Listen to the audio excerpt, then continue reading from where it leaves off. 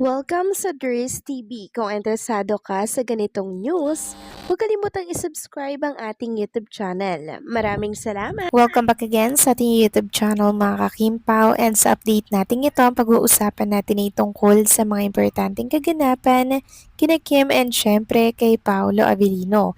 So ang pag-uusapan na tatalakayin natin ay tungkol nga po sa contract signing ni Kim and Paolo Avellino para po dito sa isang sikat na brand.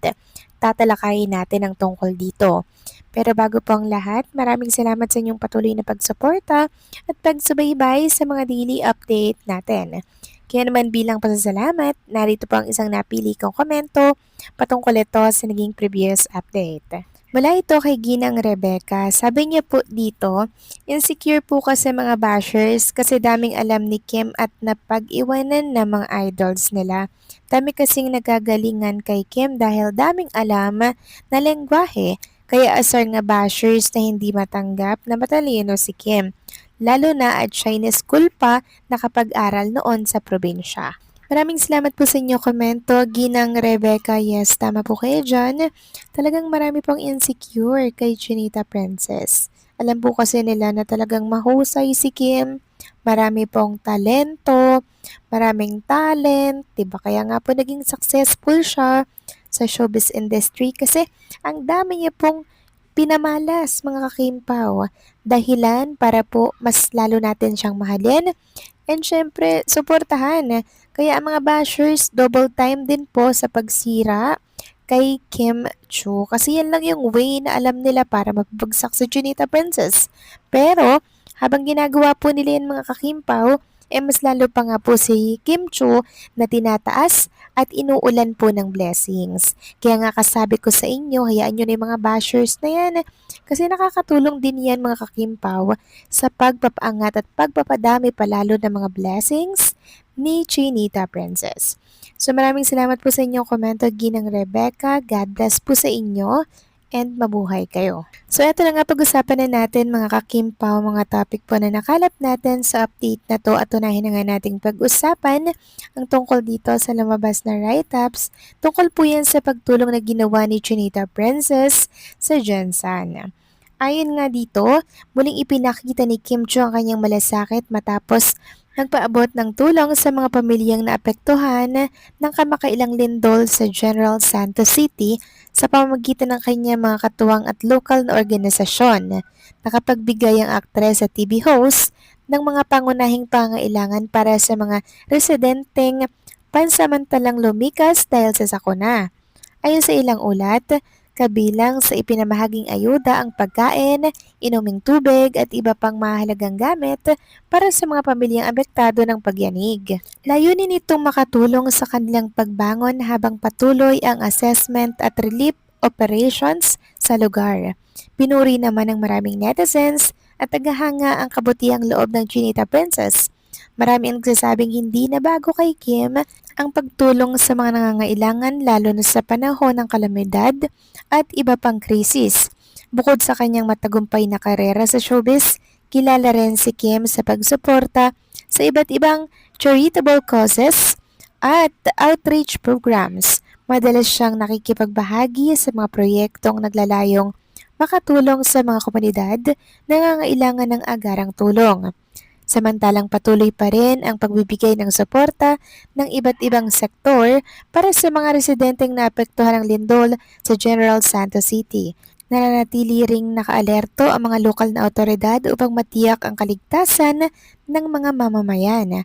Sa gitna ng pagsubok na dulot ng kalamidad, nagsisilbing inspirasyon ang mga personalidad tulad ni Kim Chu na handang magbahagi ng kanilang biyaya upang makatulong sa mga kababayang nangangailangan. Sobrang nakaka-proud po si Chinita Princess mga kakimpaw, kaya naman viral na naman siya ngayon dahil nga po sa ginawa niyang pagtulong sa General Santos or sa Jensen at nagpaabot po siya ng mga relief goods, mga pagkain, mga pangunahing pangailangan na talaga namang makakapagsalba po sa mga kababayan po natin na lumikas at wala pa pong tirahan sa ngayon kasi nga po nasira po yung mga tirahan nila dahil po sa malakas na pagyanig dyan po sa Jensan. Kudos to Kimi at sana ay mas maraming blessings pa po ang makuha niya dito po sa showbiz industry. Samantalang next topic naman, pag-usapan naman natin mga kakimpaong tungkol dito sa isang sikat na brand na matunog ngayon na kukuha po kay Kim and Paula Abilino bilang endorser po ng naturang brand. So nag-reply po kasi si Lucky May mga kakimpaw sa mga Kimpaw fans. Sabi po ni Lucky May, pantry reveal kapag nangyari to. Kasi ang hula po talaga nila, Kim Pao ang kukunin po ng Pansit Canton para po maging endorser.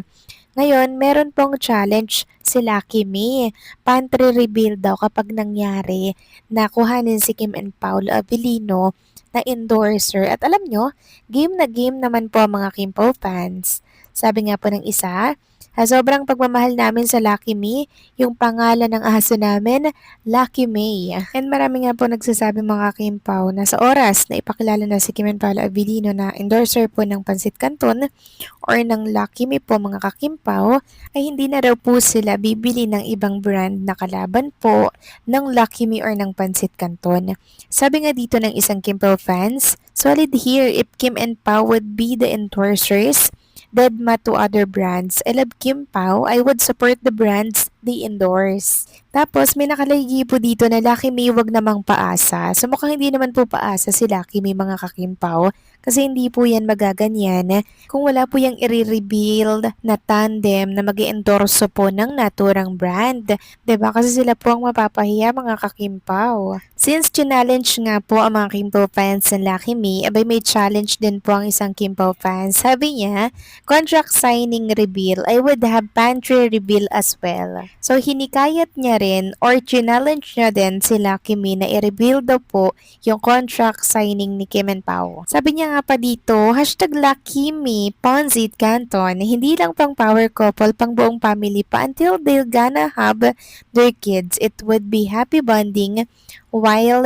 eating.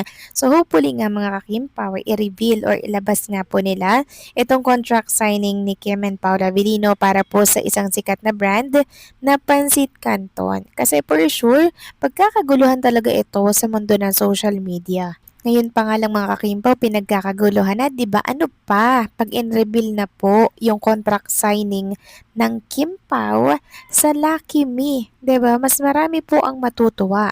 At meron pa nga po akong nabalitaan at nababasa na meron daw pong TV commercial si Junita Princess and Paolo para po dito. So syempre magkakaroon po ng subuan dyan sa commercial na yan mga kakimpaw. Dahil yan po talaga yung parang pinakang signature ng Pansit Canton.